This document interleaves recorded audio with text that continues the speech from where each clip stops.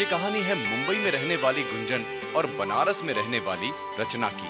अपनी बहन स्नेहा के बहुत जोर देने पे शैल मुंबई पहुंचती है।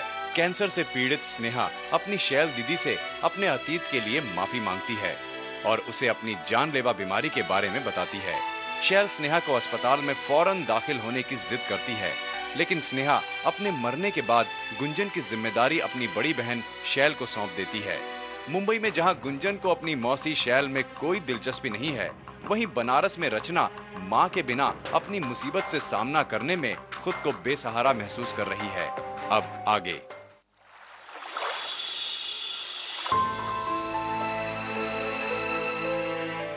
कितना अच्छा लग रहा है यहाँ आकर। थैंक यू आकाश।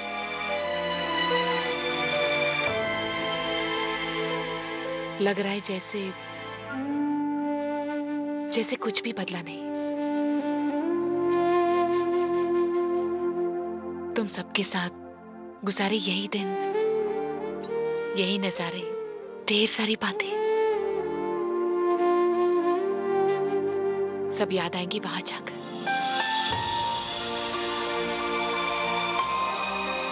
खासकर ये शाम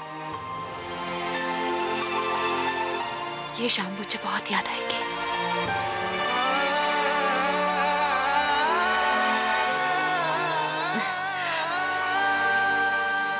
एक बात पूछनी थी तुमसे।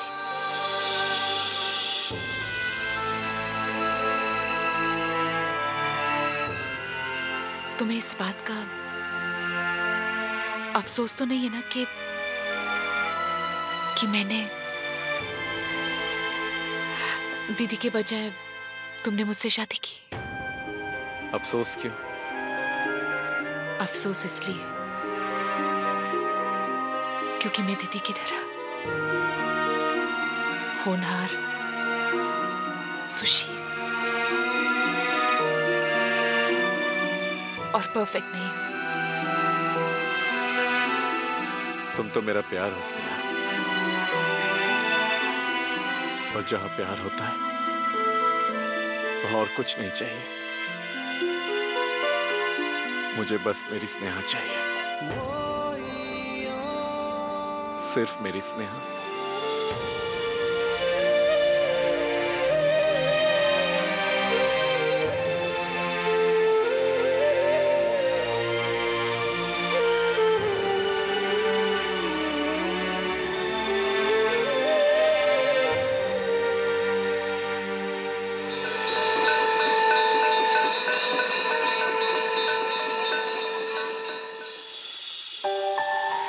ऐसे उदास मत हो रचना, मैं कुछ सोचती हूँ ना।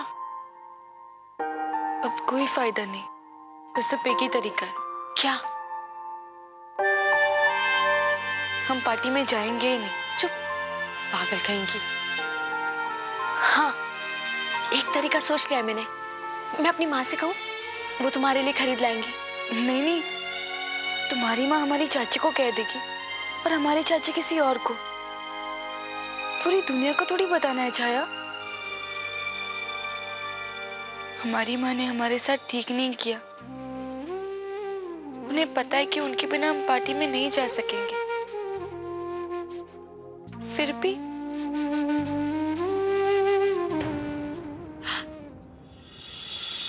ये पायल याद है आपको?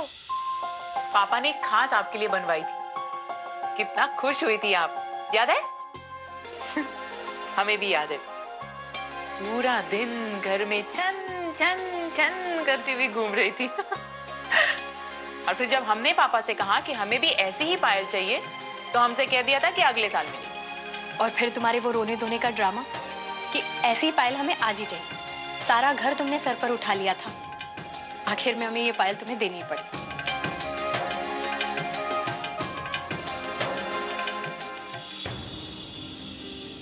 आपने दी नहीं थी दीदी,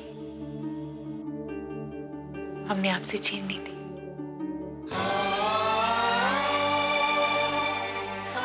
और सिर्फ पायल ही नहीं, ऐसी कितनी सारी चीजें हैं जो हमने आपसे छीनी।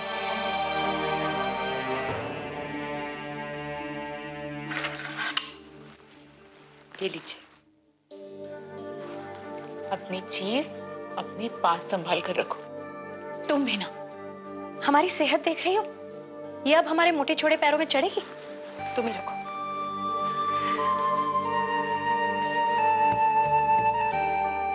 हमने आपसे एक और चीज छीन ली थी दीदी।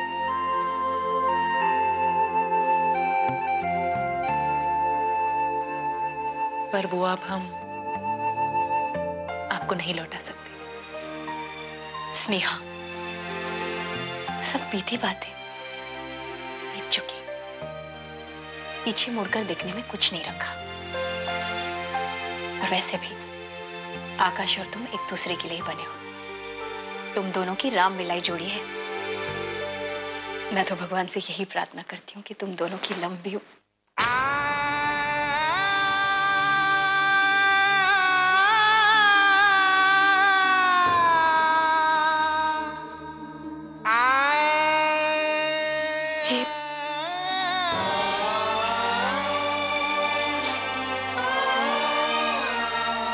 गुंजन की सारी तैयारियां हो गई। कभी कभी थोड़ी रूखी हो जाती। उसने सताया तो नहीं ना आपको? तुमसे कम सता। बिल्कुल नहीं सता। सच। और रही बात मदद की, उसकी जरूरत ही नहीं पड़ी। इतनी स्मार्ट और आत्मविश्वासी लड़की, बिल्कुल अपनी माँ जैसी, होनहार और तेज तरह। मम्मा, दीदी अभी आई। तुम ठहरो, हम देख कर आते हैं उसे क्या चाहिए।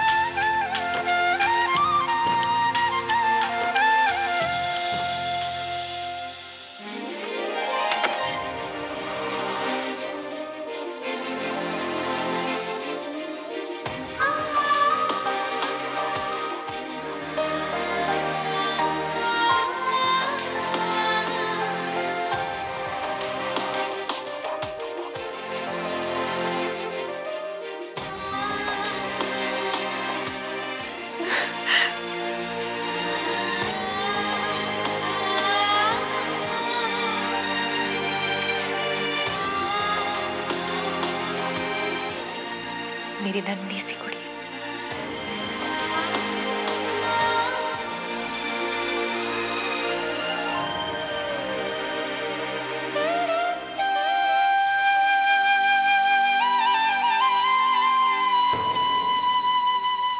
बस ये सब झमेला उतार दूं?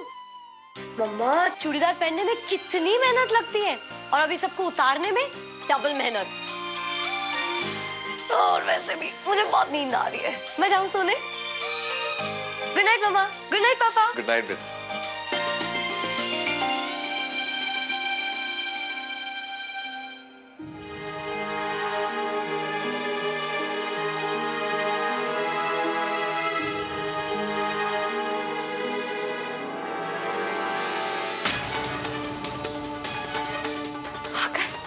स्नेहा, स्नेहा, स्नेहा, हाँ, क्या बैठा? स्नेहा, क्या हुआ? तुम ठीक तो हो ना? हाँ? स्नेहा, गुंजन से तुम्हारी बीमारी अब और नहीं छिपानी चाहिए। मैं अभी जाकर उसे सब कुछ बता देता हूँ।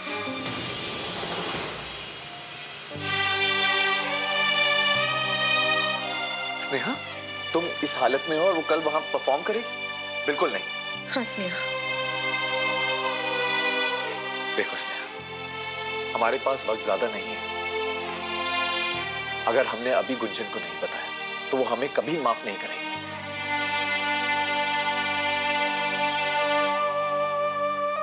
मेरी आखिरी ख्वाहिश नहीं पूछोगे आकाश? हमारी बेटी का कल शो है। वो शो उसका सपना है। वो कल डांस मेरे लिए करे, सिर्फ अपनी मम्मा के लिए। प्लीज उसे मत रोको। मेरे बाद उसे अपनी जिंदगी जैसे भी जीनी हो उसे जीने दो आकाश। प्लीज उसे कुछ मत बताना।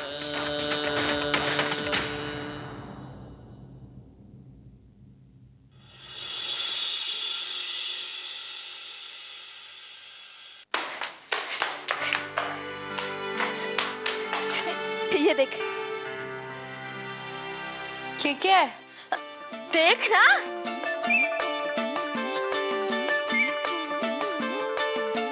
याद है वो लड़का जो हमें आते जाते ताकता रहता है, कभी कभी हमारा रास्ता रोकता है?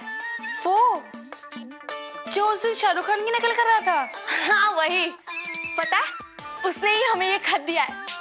कहता है हमारा दोस्त बनना चाहता है। उसने ना हमें लाल साड़ी पहनने को कहा है।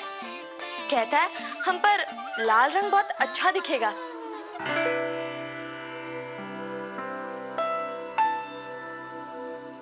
अरे ऐसे क्या देख रही है? अच्छा तो तू भी यही सोच रही है ना कि तेरे साथ ये सब क्यों नहीं होता है ना? इधर आ। कैसे होगा रचना, जब तू बालों में इतना तेल चौपटकर माता जी जैसी सीधी मांग निकालकर और पुरानी फिल्मों की हीरोइन की तरह कपड़े पहनकर रहोगी ना, तो तुम हमसे पूछो, पूरी की पूरी ना बहन जी दिखती हो। ऊपर से लेके नीचे तक पूरी की पूरी बहन जी। हाँ है। हाँ है, इसका क्या मतलब? अरे पगली, भगवान ने ठीक ठाक चेहरा दिया। अगर तू ढंग के कपड़े पहने ना तो लड़कों की लाइन लग जाएगी, सच्ची मेरी तरह।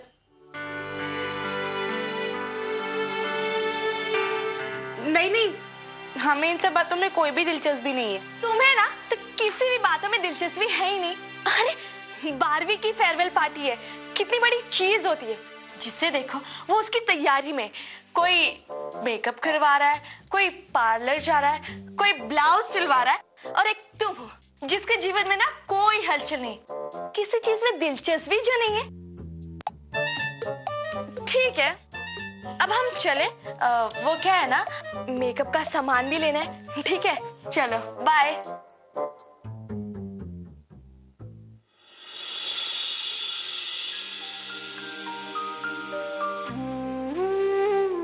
हम भी अच्छा दिखना चाहते थे,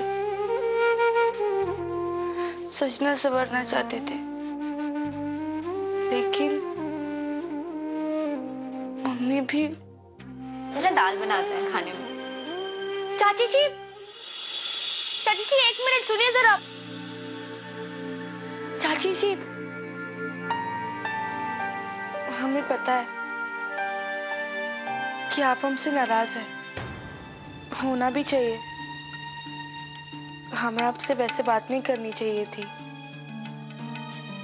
वो क्या था कि हम थोड़े परेशान थे क्योंकि कल हमारी फेयरवेल पार्टी है ना, इसलिए। पर मतलब हमारे काले साड़ी के काले ब्लाउज के नीचे वो जो सफेद है ना, वो दिखता है। आप समझ तो रही है ना चाची जी? तुम किस सफेद की बात कर रही हो? सफेद रंग का तो हम बहुत कुछ जानते हैं, जैसे कि सफेद पर्स, सफेद चूड़ियां और सफेद बिंदी और सफेद रसमलाई। पर तुम कौन से सफेद की बात कर रही हो? ईद का चांद?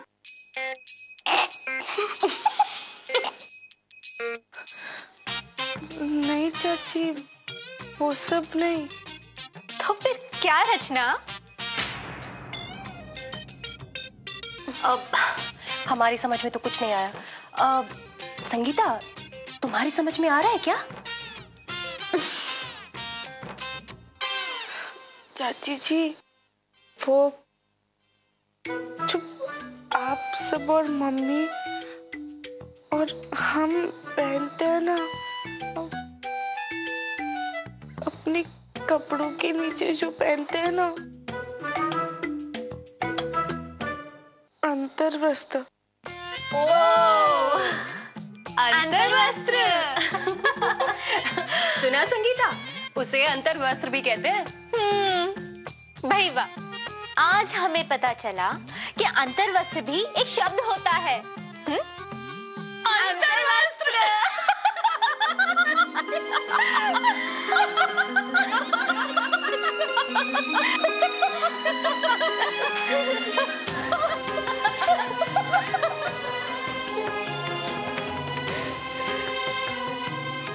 नहीं जाएंगे, हम फेयरवेल पार्टी में बिल्कुल नहीं जाएंगे। कोई हंस रहा है तो कोई चिढ़ा रहा है, कोई मजाक उड़ा रहा है, और मम्मी की आ ही नहीं रही है। नहीं जाएंगे, हम फेयरवेल पार्टी में बिल्कुल नहीं जाएंगे। दीदी, गुड मॉर्निंग। माफ करना, हम सोते ही रह गए, लेकिन लगता है तुम बिल्कुल नहीं सोई, है ना? आप भी तो नहीं सोई।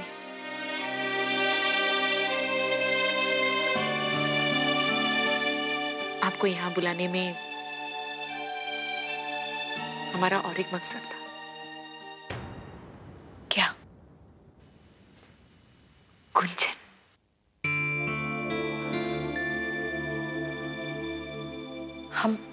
हम समझे नहीं। वादा कीजिए, हमारे जाने के बाद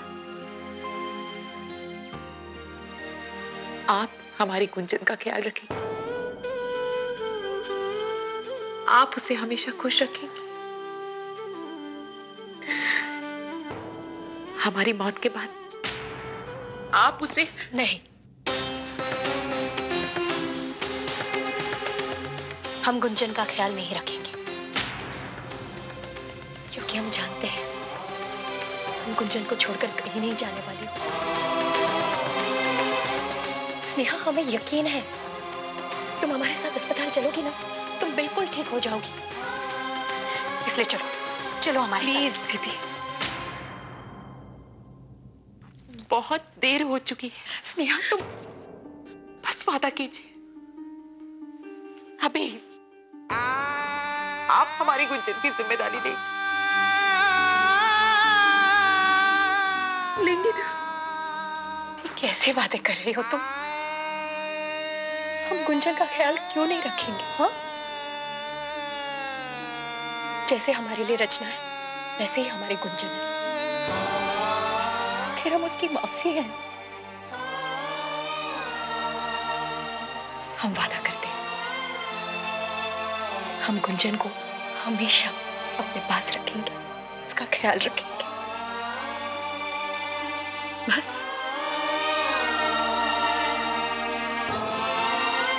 मम्मा,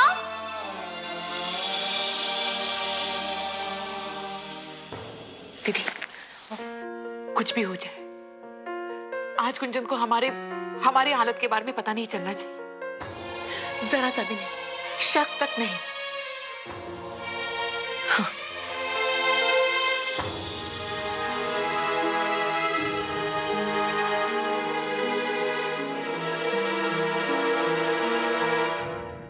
आज मेरे कथक केंद्र का एनुअल शो है, ठीक 12 बजे पहुंचना है। आप लोग आएंगे ना?